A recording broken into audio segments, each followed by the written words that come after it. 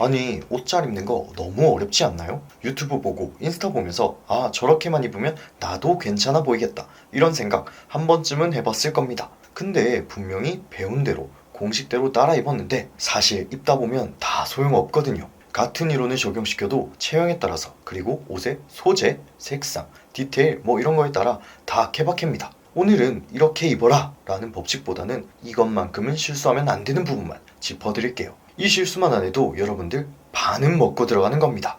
가장 먼저 우리가 무심코 저지르는 죄악의 실수, 진짜 너무 당연해서 오히려 함정에 빠지는 건데 그게 뭐냐면 바로 올블랙입니다. 가장 옷 입기 쉽게 입는 방법이 올블랙이죠. 저도 마찬가지로 무채색으로 입는 것을 좋아하는데요. 근데 블랙이 다 같은 블랙이 아닙니다. 예를 들면 제가 오늘은 무난하게 입겠다며 검정 슬랙스에 검정 맨투맨을 입고 집을 나섰습니다. 근데 지나가다 거울을 보니 뭔가 위아래가 분리된 느낌이 드는 거예요. 이게 분명 블랙인데 미묘하게 다르단 말이죠. 분명 무텐다드 슬랙스에 무텐다드 블랙이죠. 이렇게 셋업으로 입었을 때는 괜찮았거든요. 맨투맨이 살짝 밝았던 거죠. 블랙도 한 가지 색상이 아니라 이 말입니다. 이렇게 우리의 상상 이상으로 세상에는 다양한 검정색이 존재해요. 당연히 브랜드가 다르면 조금 갈릴 수 있는 겁니다. 심지어는 같은 제품조차도 염색이 되는 공장의 물감통에 따라 다르다고 하더라고요. 뭐 이 부분은 정말 예민해야만 느낄 수 있는 것 같긴 한데 그래도 신경 쓰인다면 세트 옷은 같은 날 같은 곳에서 함께 구매하는 것이 좋겠죠. 그래서 막 입었다가는 의도치 않게 오히려 분리된 느낌을 준다. 이걸 알아야 한다는 거죠.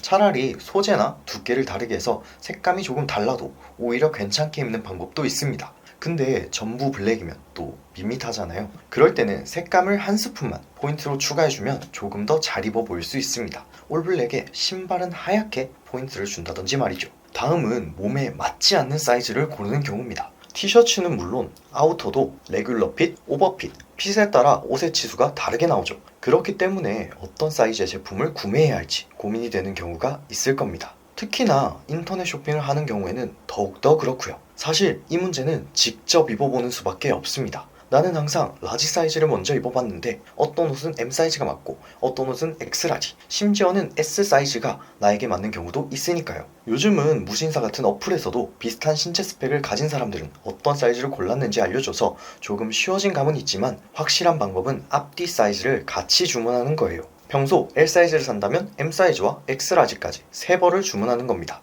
직접 입어본 뒤에 맞는 사이즈는 두고 나머지는 택배로 반품하는 거죠. 여기서 쓴 택배비가 아깝다고요?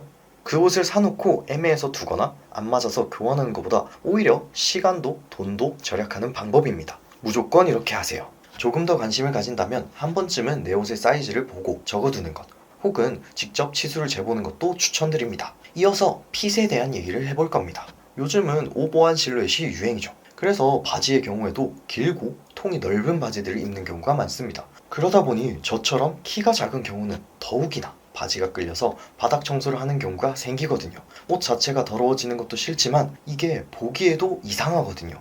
그래서 기장을 맞춰 입는 것이 좋습니다. 여기서 수선을 하지 않고 간단하게 저렴하게 입을 수 있는 방법이 있습니다. 바로 이런 페이퍼 클립을 사용하는 건데요. 이렇게 바지를 한 단 접어서 집어주면 감쪽같이 핏이 좋아집니다. 수선보다 훨씬 저렴하고 간편하죠. 페이퍼 클립은 다이소에서도 쉽게 구매할 수 있고 귀찮다면 쿠팡같이 인터넷에서 쉽게 살 수 있습니다.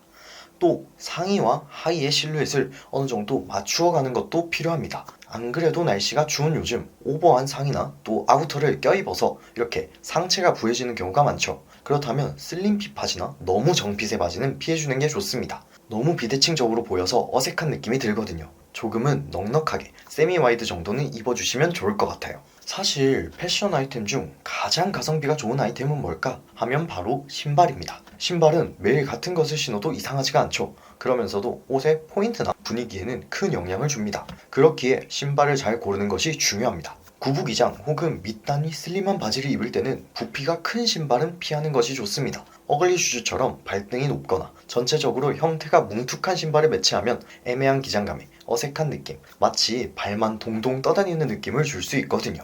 대신에 앞코가 낮은 신발, 독일군이나 더비 슈즈를 신는 것이 좋습니다. 사실 이런 부분 때문에 여러 착장에 두루두루 매치가 가능한 신발을 고르는 게 좋겠죠.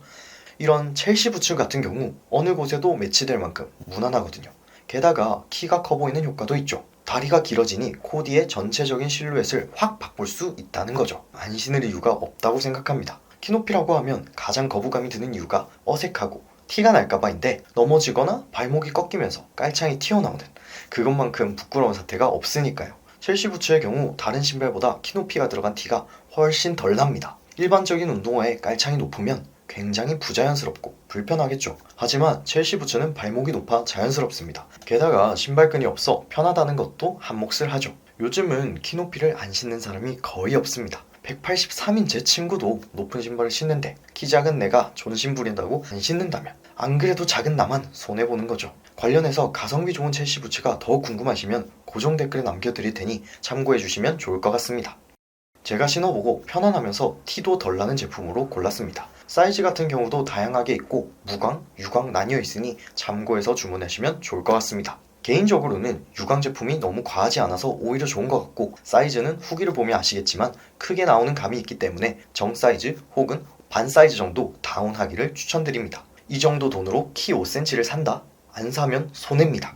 다음으로 아무리 옷을 잘 입어도 사람이 없어 보이게 만드는 것이 있습니다. 바로 목 늘어난 티셔츠죠. 이건 정말 집에 하나쯤은 있을 것 같은데 무조건 버려야 합니다. 아깝다, 애착옷이다 하면서 운동용으로 혹은 잠옷으로 쓰는 경우도 있죠. 크게 보이는 건 아니니까 상관없지만 사실 남자들에게 잠옷이 여러 벌 필요하진 않잖아요. 웬만하면 버리는 것을 추천합니다. 그리고 흰 티의 경우 또 목이 누래지는 경우가 있어요. 이것도 마찬가지입니다. 이미지만 보여드려도 충분히 느끼시는 부분일 텐데 바로 정리하면 좋을 것 같습니다. 또 옷차림을 없어 보이게 만드는 것, 바로 보풀과 주름입니다. 아무리 비싼 옷이라 한들 보풀이 많이 일어나 있다? 방금 빨래통에서 다시 꺼낸 것처럼 주름이 잡혀 있다? 이런 사소한 것들 하나로 전체적인 코디가 없어 보이게 만듭니다. 실컷 옷을 잘 고르면 뭐하나요? 보는 사람으로 하여금 신경 쓰지 않은 사람으로 보이게 하는데 말이죠. 여기서 꿀팁인데, 다림질을 하는 게 싫다면 오늘 나갈 옷을 샤워할 때 화장실 안에 걸어두는 거죠. 그러면 씻을 때 발생하는 열기와 습기로 인해서 옷에 다림질을 한 효과가 날 겁니다. 보풀은 다이소 보풀 제거기 등을 활용하면 저렴하고 쉽게 제거가 가능하니까 꼭 챙겨주시면 좋을 것 같습니다. 비슷하게 눈에 띄지 않는다고 별거 아니라고 생각해서 넘어가는 이것, 바로 양말입니다. 집에 있는 거 아무거나 화려한 양말, 길이나 색감을 생각하지 않는 경우도 많죠. 신발 벗을 일이 없을 줄 알았다가 식당 가서 갑자기 벗는 경우도 생기고요. 이럴 때 굉장히 난감하거든요. 유행 지난 페이크 삭스는 넣어두고 적당한 길이에 깔끔한 무지 양말을 신는 게 좋습니다. 비싼 양말 신을 필요 없이 무신사에서 이런 양말 사서 적당히 신다가 버리시면 돼요. 그리고 절대 슬랙스에는 스포츠 양말 좀 신지 마세요. 마지막으로 액세서리 얘기입니다. 저도 액세서리 좋아하는데요. 사실 애매하면 안 하는 게 깔끔합니다. 그래도 취향이라는 게 있고 잘 매칭하면 좋지만 절대 실패하는 경우는 바로 금목걸이. 생각보다 주변에 하고 다니는 사람 많습니다. 이게 여자들이 싫어하는 비호감 패션, 세 손가락 안에 항상 뽑히거든요. 클러치백도 마찬가지고요. 액세서리의 종류도 덜어내고 조화를 한번 체크해보는 것이 중요합니다. 이렇게 8가지 정도의 피해야 할 코디 실수를 살펴보았는데요. 물론 옷을 잘 입는 공식도 중요하겠지만 나가기 전에는 항상 머리부터 발끝까지 눈에 거슬리는 게 있는지 없는지 한 번씩 체크하는 습관을 들이는 게 좋을 것 같습니다. 추가로 영상에 나온 것들 중 도움이 될 만한 추천템은 고정 댓글에 남겨둘 테니까 참고하시면 좋을 것 같습니다. 그럼 시청해주셔서 감사합니다. 오늘도 좋은 하루 되세요.